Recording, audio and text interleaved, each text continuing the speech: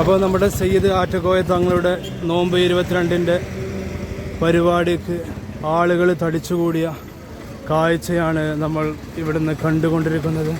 അപ്പോൾ മജ്ലിസിലേക്ക് തങ്ങൾ വരുന്ന കാഴ്ചയാണ് കേട്ടോ ഇപ്പോൾ കാണുന്നത്.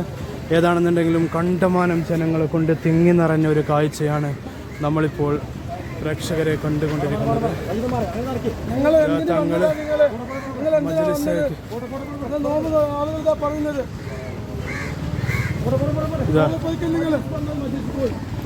തങ്ങൾ മജ്ലിസിലേക്ക് വരുന്ന കാഴ്ചയാണ് നമ്മളിപ്പോൾ കണ്ടുകൊണ്ടിരിക്കുന്നത്.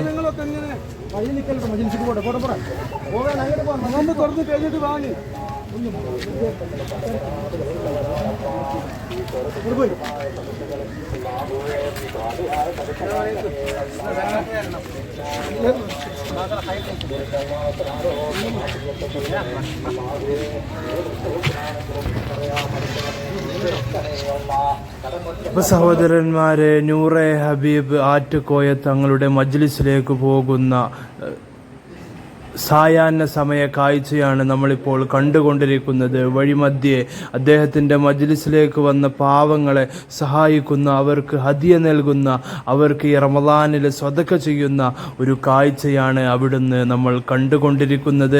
അതിൻ്റെ റോഡിൻ്റെ സൈഡിലൂടെ ഒരുപാട് പാവങ്ങൾ, അതുപോലെ വികലാംഗരായ ആളുകൾ, അതുപോലെ മറ്റു ഒന്നിനും കഴിയാത്ത പാവങ്ങൾക്ക് അദ്ദേഹം സ്വതക്ക ചെയ്യുന്ന ഒരു മനോഹരമായ കാഴ്ചയാണ് നമ്മളിപ്പോൾ അവിടുന്ന് കണ്ടുകൊണ്ടിരിക്കുന്നത്.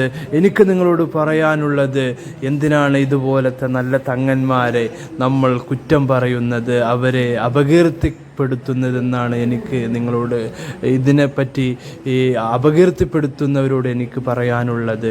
ഇതുപോലത്തെ തങ്ങളാണ് നമ്മളുടെ നാടിന് ആവശ്യമെന്നാണ് എനിക്ക് പറയാനുള്ളത്. അപ്പോൾ ആ മജ്ലിസിന് അദ്ദേഹത്തെ കാത്തിരിക്കുന്ന ഒരു സാഗരത്തെ കാണാൻ വേണ്ടി, അവർക്ക് ദുആ ചെയ്യാൻ വേണ്ടി, അവിടെ മജ്ലിസിനെ വർണ്ണാഭമാക്കാൻ വേണ്ടിയിട്ടാണ് സയ്യിദ് ആറ്റക്കോയ തങ്ങൾ ഈ സ്റ്റേജിലേക്ക് കടന്നു പോകുന്നത് പ്രേക്ഷകരെ. അപ്പോൾ ആകാംക്ഷയോടുകൂടി നമ്മൾ കാത്തിരിക്കുന്ന ആ ഒരു മജ്ലിസിൻ്റെ ആ ഒരു സദസ്സിലേക്കാണ് അദ്ദേഹവും അദ്ദേഹത്തിൻ്റെ അനുചരന്മാരും പോകുന്ന ഒരു മനോഹരമായ കാഴ്ചയാണ് നമ്മൾ കണ്ടുകൊണ്ടിരിക്കുന്നത്. ഏകദേശം സ്റ്റേജിൻ്റെ സമീപത്ത് എത്തിയിട്ടുണ്ട്. നിങ്ങൾക്ക് ഇതിനെ പറ്റിയിട്ട് അനുകൂലമായിട്ടും പ്രതികൂലമായിട്ടും നിങ്ങളുടെ കമൻറ്റുകൾ രേഖപ്പെടുത്തുക. ഞാൻ പറഞ്ഞതിൽ തെറ്റുണ്ടോ? ഇതുപോലത്തെ തങ്ങളാണ് നമ്മുടെ നാടിന് ആവശ്യമെന്നാണ് എനിക്ക് പറയാനുള്ളത്. അപ്പോൾ പ്രേക്ഷകരെ, ഏകദേശം ആ മജ്ലിസിൻ്റെ സമീപത്തേക്ക് തങ്ങൾ എത്തിയിട്ടുണ്ട്.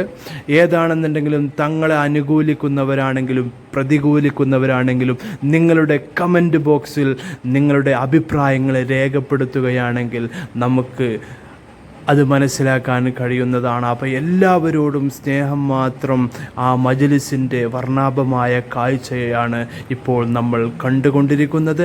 അവിടെ റഫീഖ് ഫൈസി മുഖ്യപ്രഭാഷണം നടത്തുന്നുണ്ട്.